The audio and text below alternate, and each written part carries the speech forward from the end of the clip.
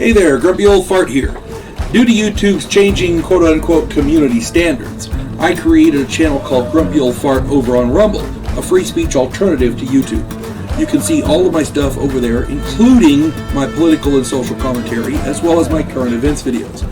The links to my YouTube and Rumble channels, as well as links to let you order my books, are in the description of this video.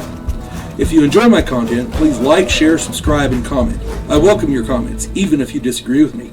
Now, on with the video. Hey there, Grumpy Old Fart here. I'm doing a historic haunting video on the Monte Cristo Homestead.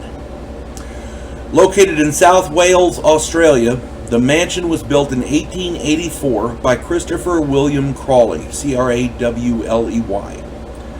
In January of 1876, Crawley had purchased 520 acres in that area. He struggled with farming because it was difficult to grow stuff there until he got a tip that the railroad was coming into the area. He built a hotel across the road from what would soon be a busy railway station. After the railroad was finished, Crawley's profits soared. He was a farmer at the same time he was making money from the hotel. So yeah, he became a big person in that area. He bought more land and would become one of the town's founders in 1883.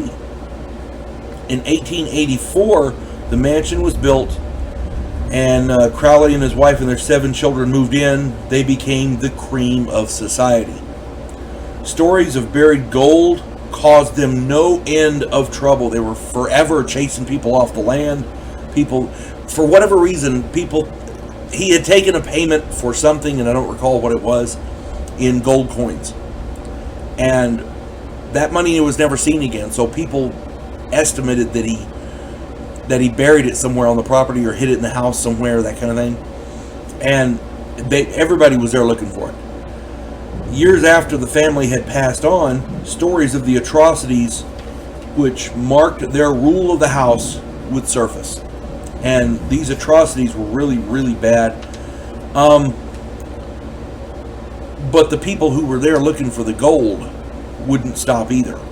I mean, if somebody shows up to your house to rob it on a daily basis, I would imagine you probably get pretty guarded. But at the same time, you know, there's guarded and then there's cruelty.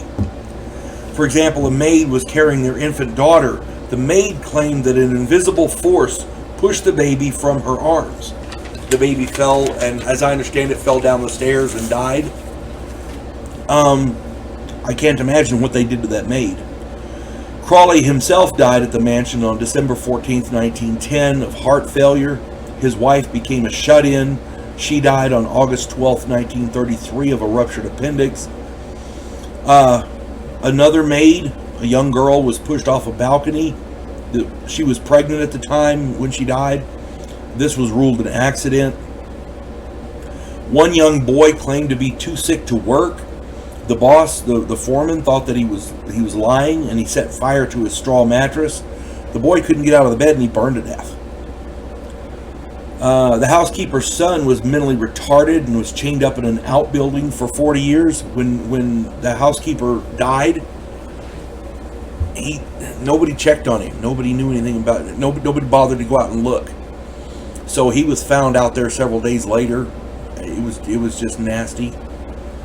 The last Crawley left the house in the residence in 1948, and a caretaker was left in charge. In 1961, a local man had seen the movie Psycho, the horror thriller. He'd seen it 3 times, and he snapped. He stalked up to the mansion and shot the caretaker dead. This house has seen no end of tragedy and atrocity. The house was purchased in 1963 with the intent of turning it into an antiques business, and that's when the ghost activity really started. They were returning, the people who bought it were returning from shopping, and they saw light streaming from every doorway and window. No electricity had ever been installed. As they approached, the lights just disappeared. Something was creating the light in there. According to the owners, there are at least 10 ghosts haunting Monte Cristo. One may be that of a woman murdered in the house. I can't imagine. They've experienced cold spots, footsteps, disembodied voices, heavy breathing. They're common occurrences in Monte Cristo, as well as doors opening and closing on their own. People have been reported being shoved. One was reported being shoved down the stairs. Luckily escaped with very few injuries, but, luckily it wasn't fatal. Psychics who have visited the mansion have all independently reported similar experiences. And they're not run-of-the-mill stuff. It's not like, oh, there's a spirit in this house, I sense spirits, like the hoaxers do. There's a woman sitting in that chair. There's a woman over there. There's a young girl over here, that kind of thing. Specifics. Monte Cristo has long been reported to be one of the most haunted places in Australia, and for my money, it may very well be one of the most haunted places in the world. And again, you have to go back prior to the building of the mansion. What happened there before that? Because it was an untamed land before that. I'm sure the denizens before that, before Western colonization, before the Botany Bay Penal Colony was established, before that, I'm sure the denizens of that land were not all peaceful. That's what I'm saying. That's all I'm saying. If you get a chance, check out Monte Cristo Homestead. There's a lot of stuff going on there, and if you have different opinions or comments than mine, put them in the comments there. I'm sure everybody would like to read them. You folks have a good day now. God bless one and all. Clarissa Lowe, a historian from the future. Delmore Kane, a Civil War veteran turned outlaw. This oddball pairing faces a conspiracy of epic proportions spanning the centuries. If you like action and adventure westerns with a splash of science fiction and fantasy, check out my book series Drifters and their ongoing adventures.